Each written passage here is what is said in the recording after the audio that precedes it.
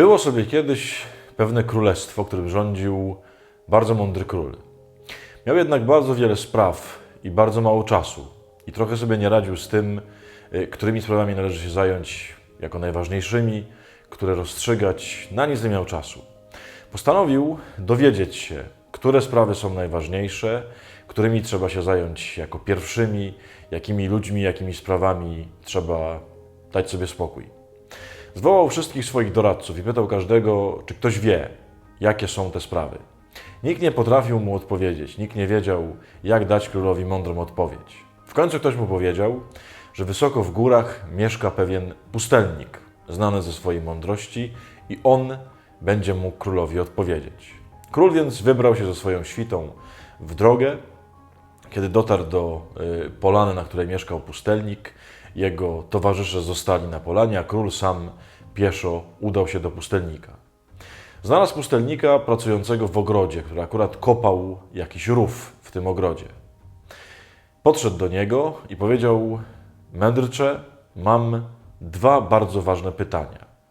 Którymi sprawami powinienem się zająć jako pierwszymi i jakie sprawy są najważniejsze?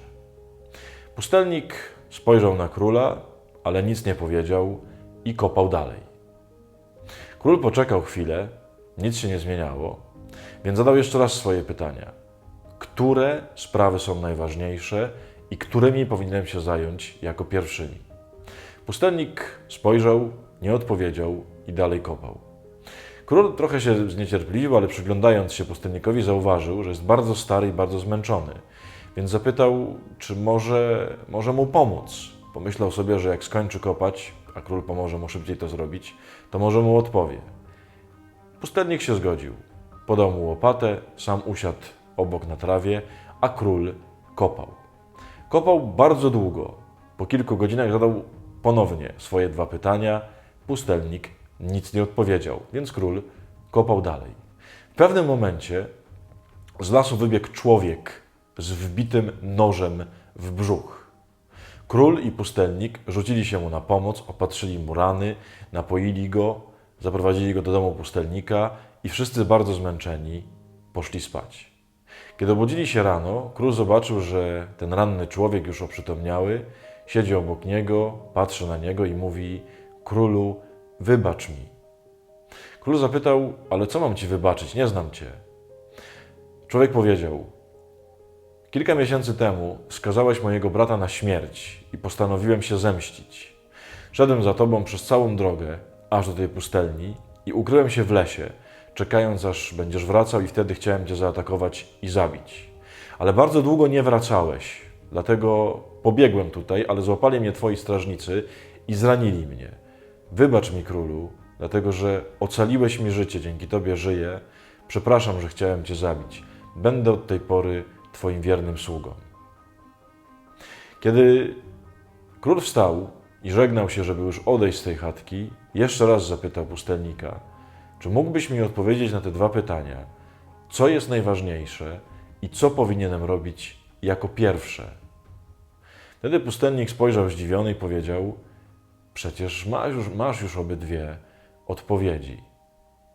Pomogłeś mi kopać mój rów.